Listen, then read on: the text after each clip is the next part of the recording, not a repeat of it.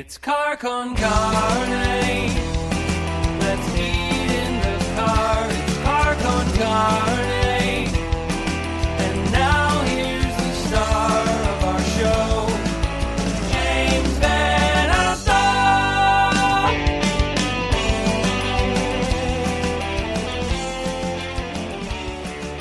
And we are live. Welcome to Car con Carne. Welcome back to the working week.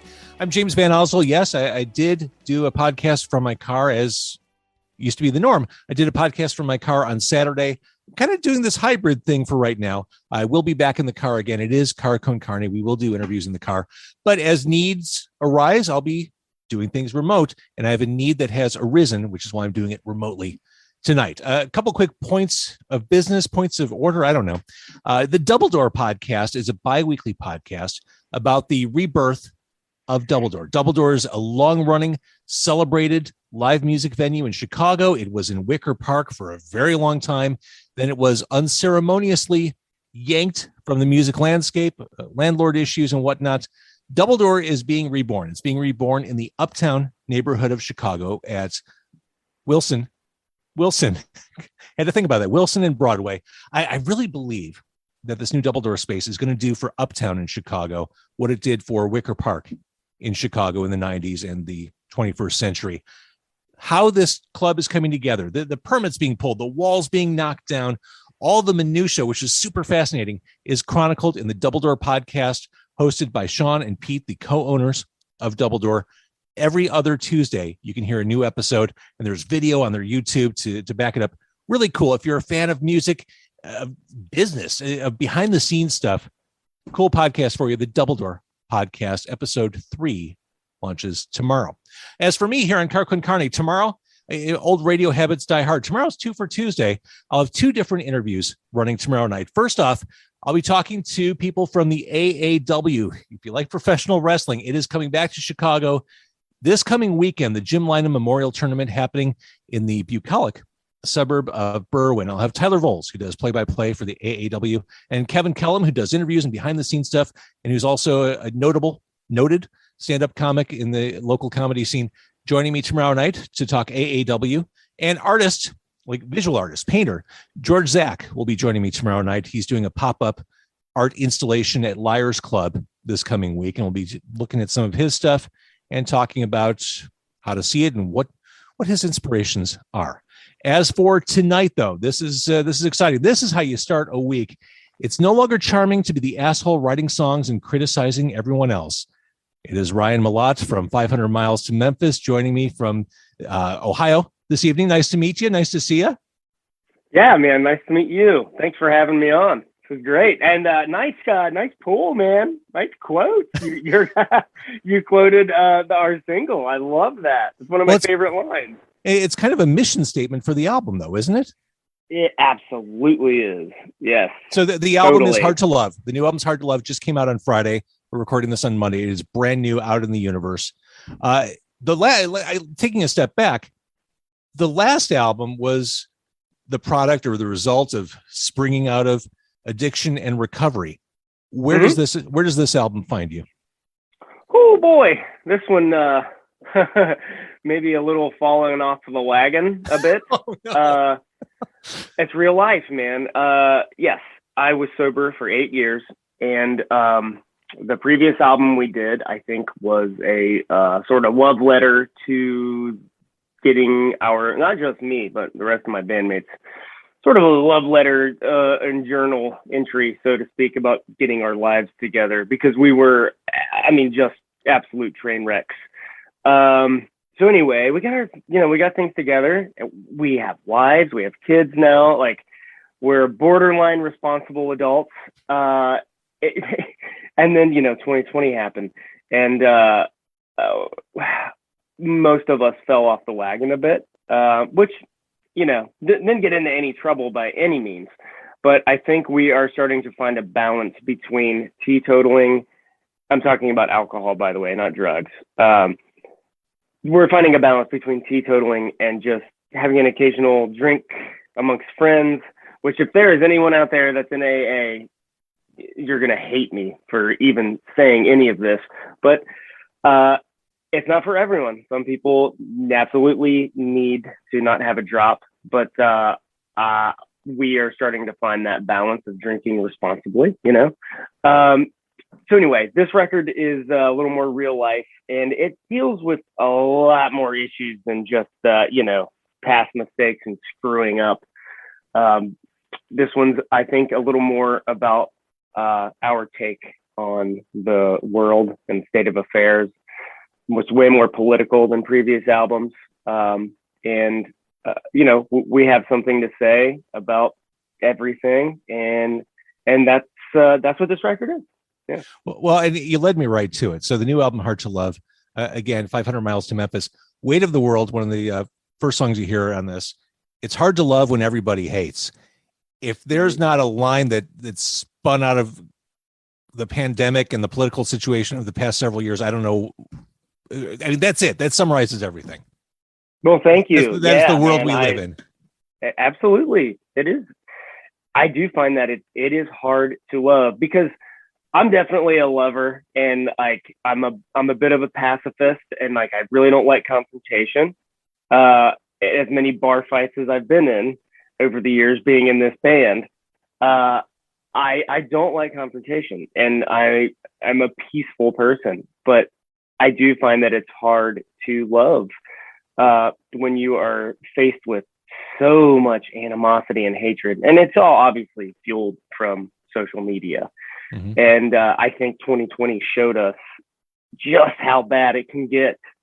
And anyway, that sums up a lot of the record, is just how things can kind of spiral out of control and snowball, and it's hard to love when everybody hates. So yeah, I hit a point in 2020, exactly what you're saying. I would doom scroll on social media. I'd read these comments, and they would be enraging. They'd be fatiguing. They would just make me feel sad and awful. I'm like, fuck, I've got to put down the phone. I've got to turn off the computer. I'm going to go for a long walk now. I'm going to put on my headphones and listen to anything that's not this.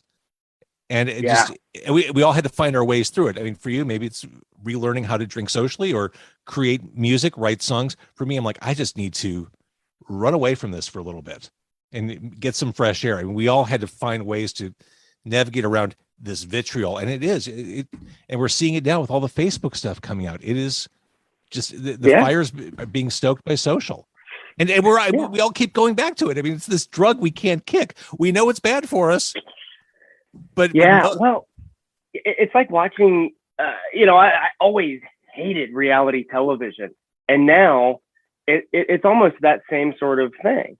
But this time, the reality television is people that you know and went to high school with and grew up with. And now all of a sudden, everyone is quarantined, stuck inside, and they have opinions all of a sudden. Very political, divisive opinions. And it was really surprising to me to see some of these people that I knew and cared for voicing some very aggressive and hateful messages, on Facebook. And by the way, Facebook, I mean, I don't really mess around in Twitter. It's just, one platform is enough. So I moved over to Instagram just because it's much more pleasant. But yeah, I definitely got sucked into that vortex of Facebook sort of like mid 2020 and finally got out of it. But it was just so wild seeing just how many people had so many things and hateful things to say. And it was surprising. And it's like, wow. And then you realize, like, holy shit, they are not getting the same news as I am. That's the thing, right? If you are getting your news from social media, that's a problem. Absolutely. Like, you absolutely have to go to a trusted publication to get your news. And I think that is a lesson I think a lot of people need to learn. I mean, journalism exists for a reason. I mean, I'm not going to speak about Fox News by any means, whatever, but it's not Facebook, Well, and what you're saying about getting your news on social media, it's not just that people are getting their news on social media, they're getting their headlines on social media. Like they're forming opinions based on headlines and comments and not actually clicking through to the content. They're not actually digging in for the story. They're just formulating opinions based on whatever kind of clickbaity, masturbaity, awful baity headline they're seeing on social. And that, oh my God, that doesn't help anybody. Oh no. Well, and then at the time we had a president that was doing the same exact thing, fueling the fire. Exactly. So, well, speaking of which, man. Hard Bargain ends the album. Where, again, you said that, this band is more political this time. Hard Bargain certainly fits the bill right there. Yeah, absolutely. Yeah. Wow. Where do I even begin on that one? I think so. Hard Bargain was one of the first songs that I wrote for the record. And so I wrote that in early 2020, before the insurrection, honestly, before the shit had really, truly hit the fan. So I think I wrote that one in April of 2020, and I was already mentally exhausted from all of the news headlines and the drama and just the bullshit of, everyone's tired of it, but yeah, so Hard Pill and Hard Bargain are sort of, they're the two tracks just right next to each other. They close out the album. So Hard Pill is sort of the journey we're on at the beginning of 2020. It's like, oh, so this is a very difficult situation that we're all faced with. It sucks, and we just have to fucking take it. And we've all got to quarantine. We all got to do our part. And, it seemed like in the beginning, everyone was on board. It's like, all right, let's quarantine. How long again? Right. And so, that's kind of what Hard Pill's about. And then you get into Hard Bargain, and Hard Bargain is more about the fatigue and the rage and just the sheer psychosis that came out of 2020. And like I said, I wrote that in like the second quarter of 2020. It hadn't even gotten to its, peak of awful. Well, and Hard Pill, we're recording this 6 days before Halloween. You kind of have a Halloween friendly, exorcist friendly lyric. Did Christ compel you? You can paraphrase that and make it exorcist like, if you want to make it seasonal or topical. You should watch our music video from 2019. We used 600 gallons of blood. Is this your time of year? Do you love Halloween? Is this like? Oh yeah. Season? So we're definitely not a horror punk band by any means, but we definitely skew that way. Like all of our shirts have skulls on them, and it's just like, it's kind of our vibe. We love horror movies. We just kind of wear it as like wear it on our sleeves. Like, yeah, man, we love horror movies, but we're not a horror punk band. We just like that stuff. Also love Star Wars, Did you watch the new Dune yet? I am going to see it tonight in the theater because I don't want to watch it on, HBO. I want to actually watch it in the theater properly. So I'm going with a buddy later tonight. See, I think that's the way to do it. I watched it. It was last night. I started to watch it, and it was the end of the day. I'm at home. I'm on my couch. All the tones are very muted. People are talking quietly, and I got very sleepy as I was watching it. Like, I need to see it. I mean, it was visually beautiful, but sometimes when you're at home, it's just too easy to be distracted and not zeroed in on what you're watching. I think for a movie like that, seeing it in the theater is the way to go. Do you have kids? I do. I've got 2 teenagers. Oh, okay. I've got a 4-year-old and a 6-year-old, a boy and a girl. So watching anything at home is nearly impossible. And watching it loud, which, that's how you want to watch a movie like Dune. Like, I want to turn it up. And I can't, because it'll wake up the kids, and then they'll come down and probably see something that'll traumatize them for the rest of their lives. So, all the really, like, the good horror stuff, like, I have to watch it like real quiet, and it doesn't have the same effect. I love horror movies. Flat out favorite genre. Halloween movie. Like, there are people who go on these kicks, like, every October, I'm going to watch a Halloween movie a night for 31 days. Like, fuck, what about the other 11 months? Let's watch horror movies all year round. Here, dude. Here's my Ash Williams. I keep him right by. He's on my desk at all times.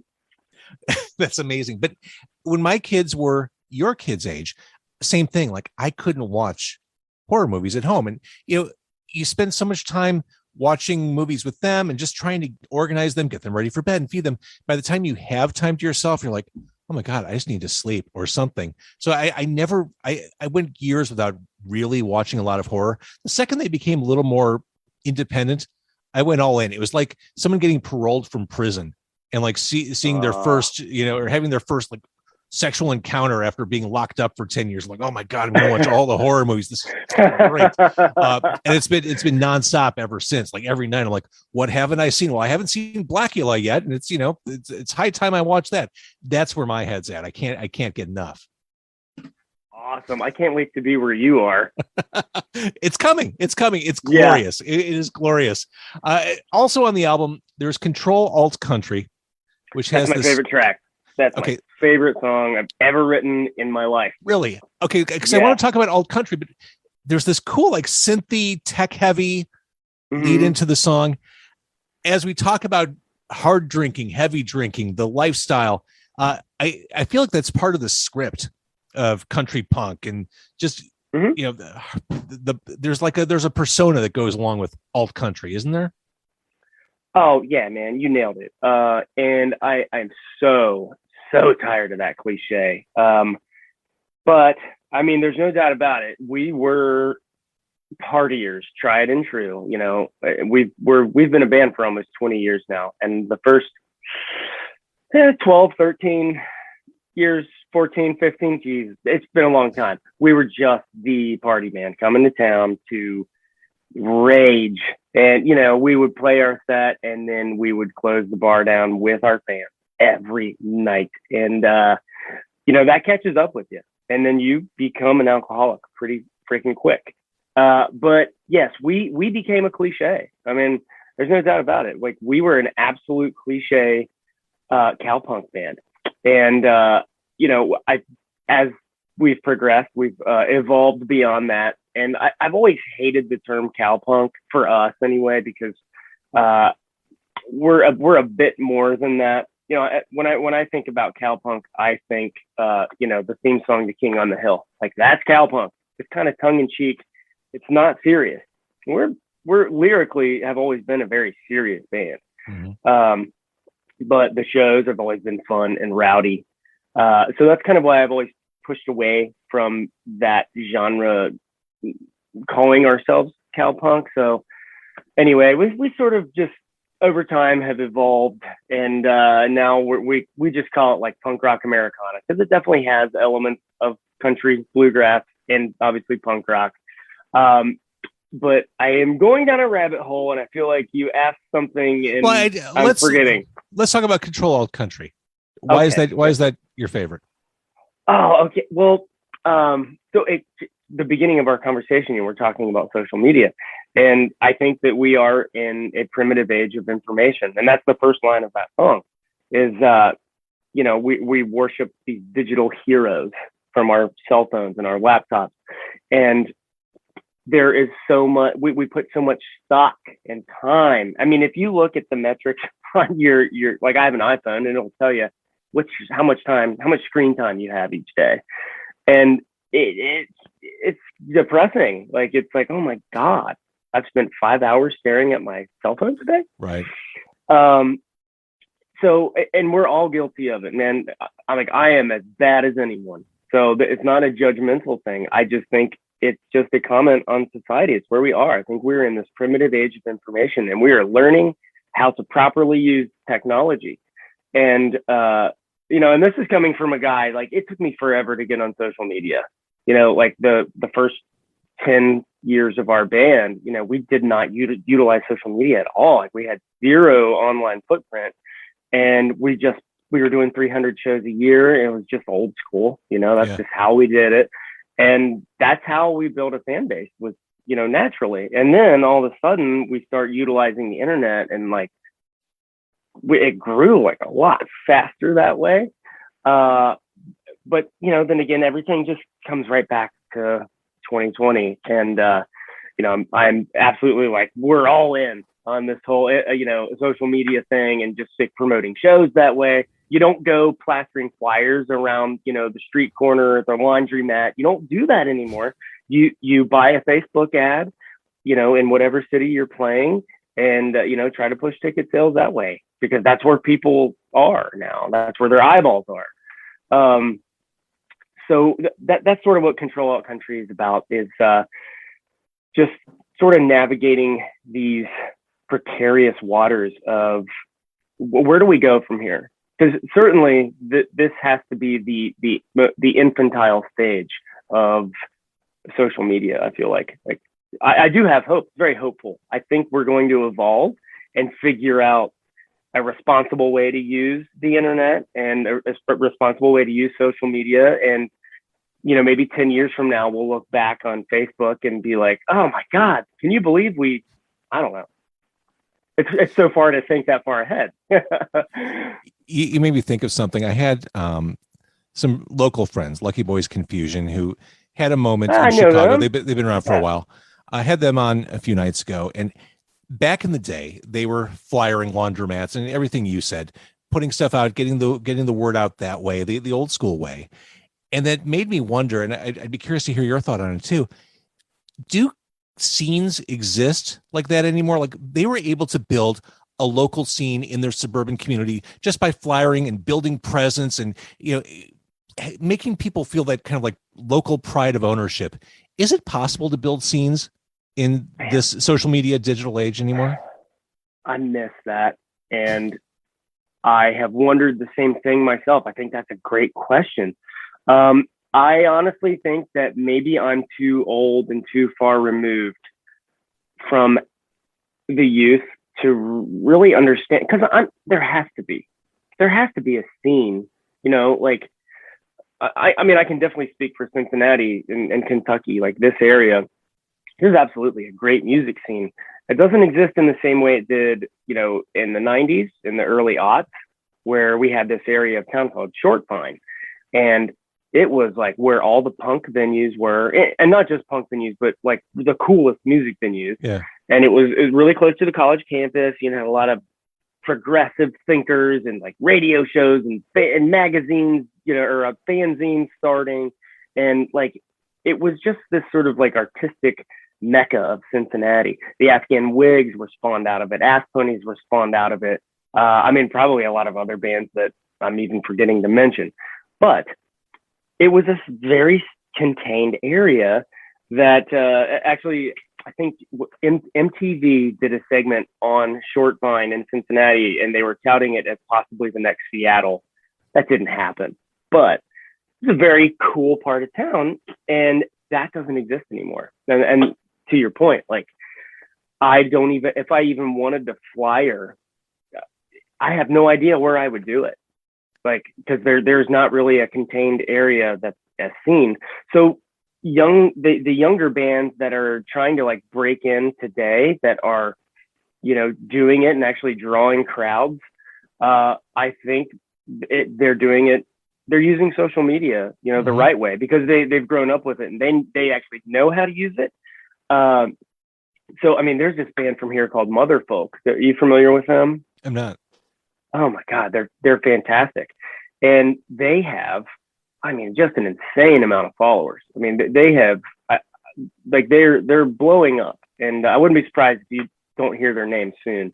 But they're busting their ass. They're touring all over the country. So they're like pounding the pavement doing that thing, which is like, I love seeing that. I commend bands for still pounding the pavement and doing that thing, but they're also, they're taking care of that online presence too. And, so as far as the scene, I just think it's digital now. Yeah, I think that's how not a bad bands thing. are connecting. Yeah, that's just where we're at right now, and I think scene building just took on a different texture and approach. It's just interesting because, I mean, we are both of a certain era where it was a very different world. The second someone like you says, I remember flyering or postering, and before a show to get people, just put your band's name out there.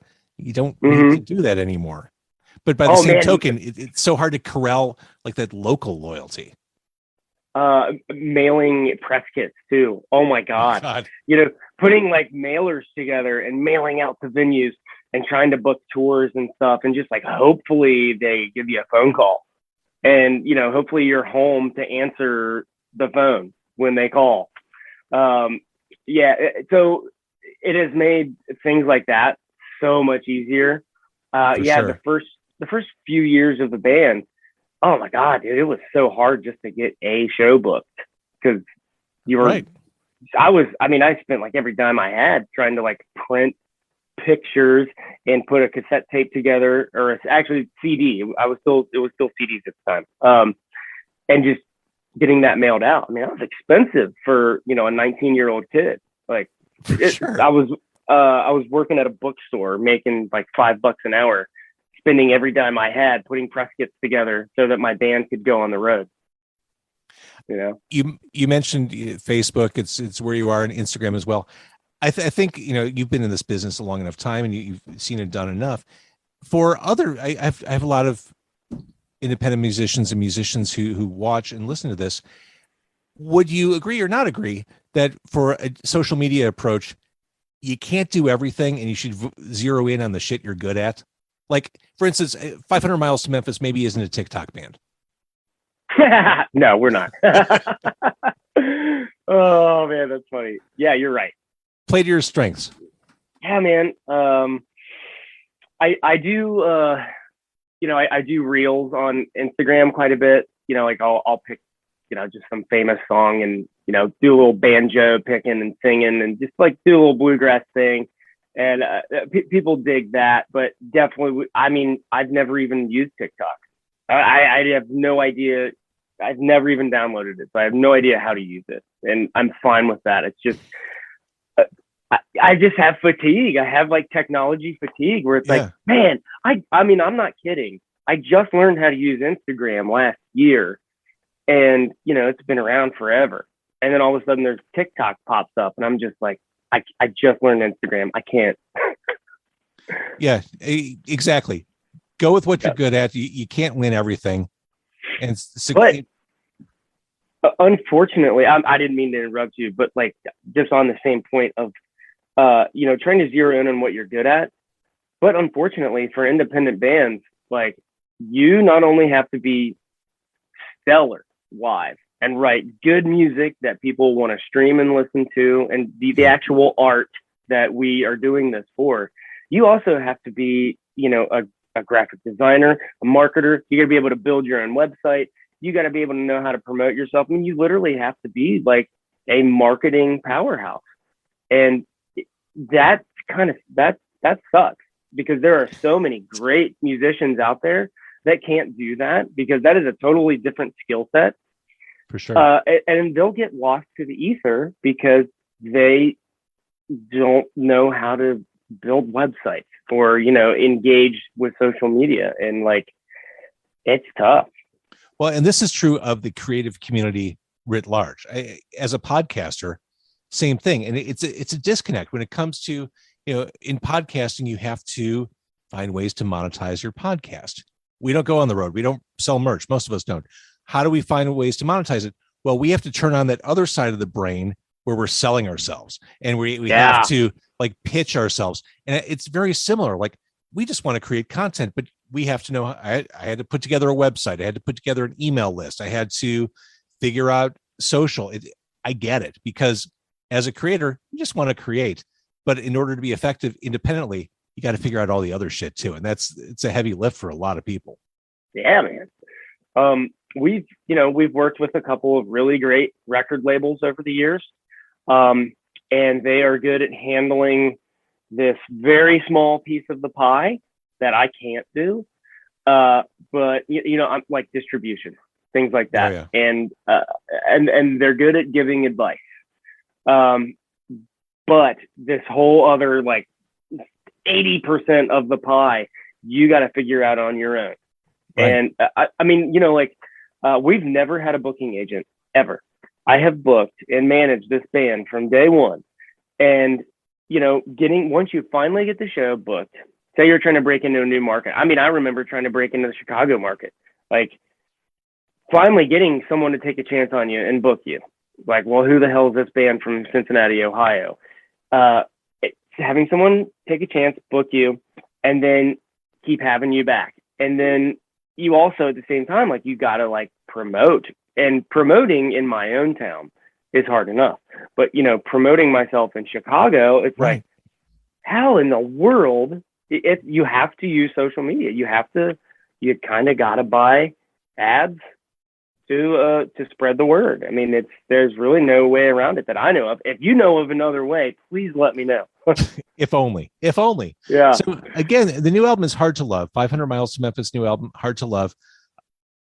You mentioned putting stuff out on compact disc back in the day. Did you ever, Ryan, in your wildest dreams, think you'd see a day where cassettes would swing back around and you'd be putting out new music on cassette? No, definitely not. I thought that was dead. And we've never, well, aside from old demos that only I have, we've never been on cassette. We've never released a cassette until Sexy Baby Records from Chicago. For some reason, man, they're so kind, and they got a hold of me and said, "Hey, would you care if I put this out on cassette?" And I was like, "Oh my God, I would be honored. Yes, please do that." Well, here's the interesting thing. I mentioned that I have two teenagers. My son is very much into music, and I've got him, or he got himself into collecting vinyl, and we go record shopping and stuff. And Cool. he asked me a couple of weeks ago, he said, "What's the point of CDs?" I said, "Well, I explained what the CD is all about." He said, "I don't know if I'd ever want to buy a CD, but cassettes look cool to me. They're cool little packages." He's like, those, and this is someone who never grew up with cassettes, never owned a boombox or a Walkman or anything. He just liked the look and the vibe of cassettes. I thought that's interesting because he is a teenager, and this is a product from decades past, which is appealing to him. So I thought that was a good sign. Well, I think cassettes are visually much cooler. They look like a transformer, man. That's it.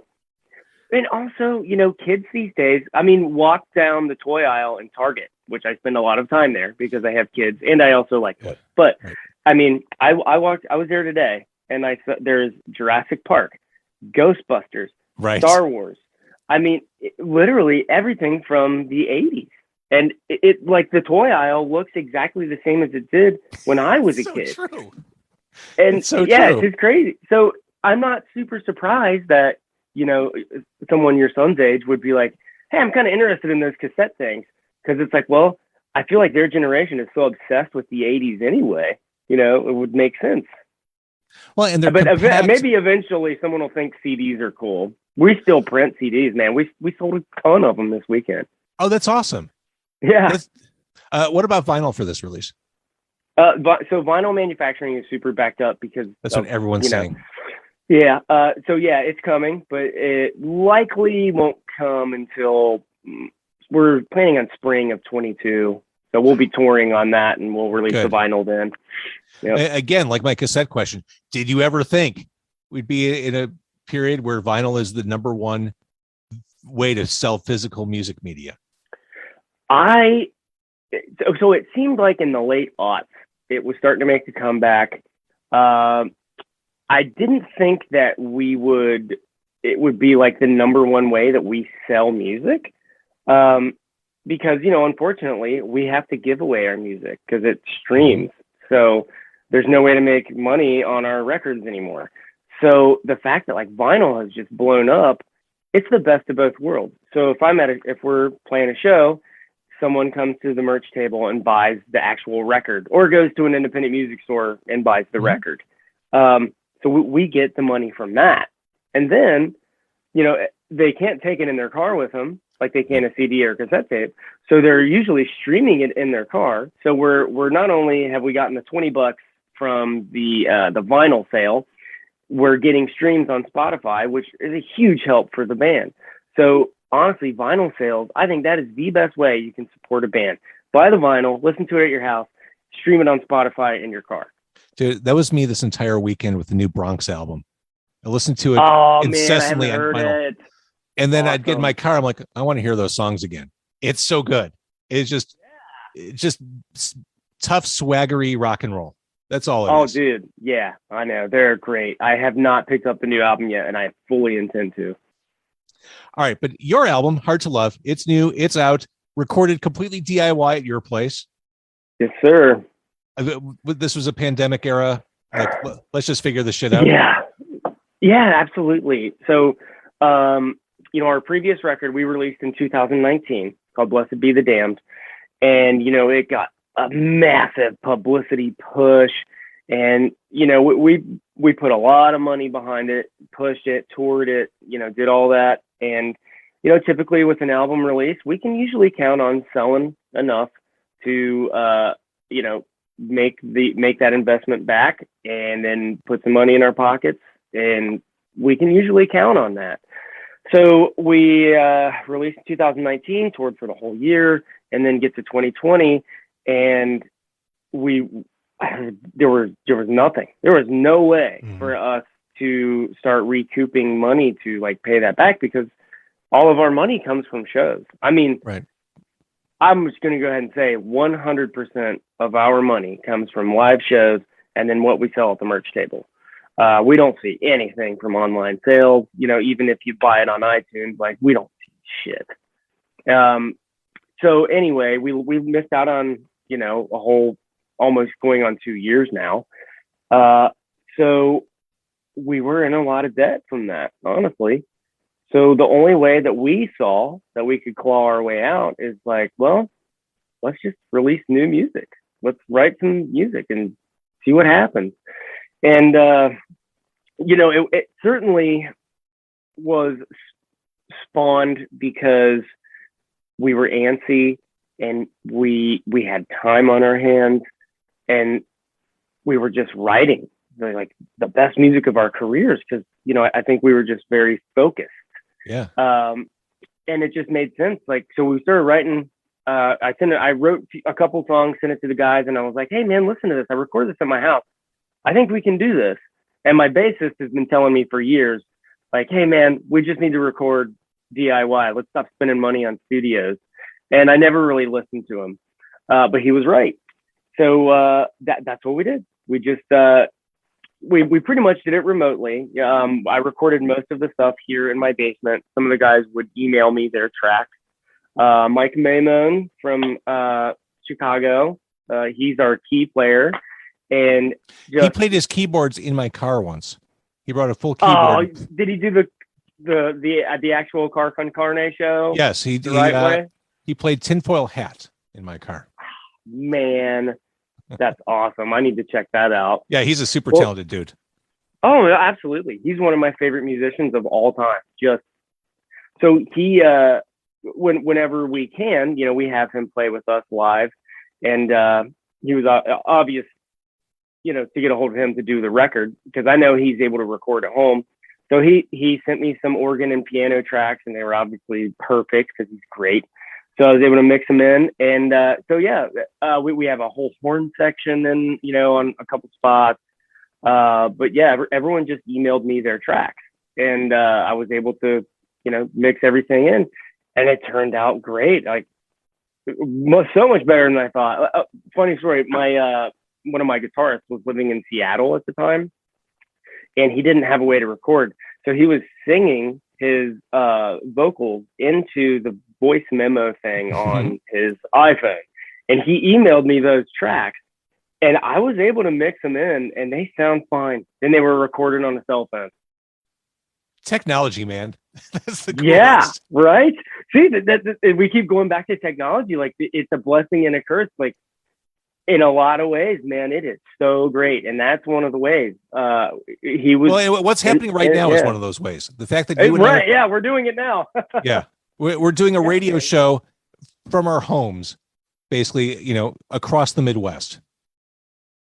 Yeah, it's so cool, dude. So yeah, anyway, so it all came together very organically. And, the songs I think we were all just very inspired. So, excuse me. Sorry. Someone is trying to call me. We were all just very inspired and the songs just came much easier this time. And I don't know, dude. I think I think literally everyone has an opinion in 2020, as we can see on social media. And we are no different. And we were wearing our heart on our sleeve and we're like, well, you know what? We've got some things we want to say too. So let's sing about it. And that's it, man. Like, And I love this album. It's my favorite album we've ever done, and it's very raw, but it still sonically sounds like I'm very proud of it. Like I think it's one of our best sounding records, honestly. I love it. All right, well, you need to go see Dune tonight. Yes, sir. All right. So again, the new album, it's out. It is brand new. You can get it. 500 Miles to Memphis. Ryan, thank you for doing this. I hope we get to see you here in Chicago at some point soon. We will be up your way. I mean, probably March. We'll definitely be there up in March. Yeah. Well, I'll be there. We'll be there. Awesome. Yeah, I'll get a hold of you. Thank you again for having me, man. I really appreciate it. Thank you for what you do. It's super fucking cool that you have independent artists like me on, man. It's really cool. Thank you.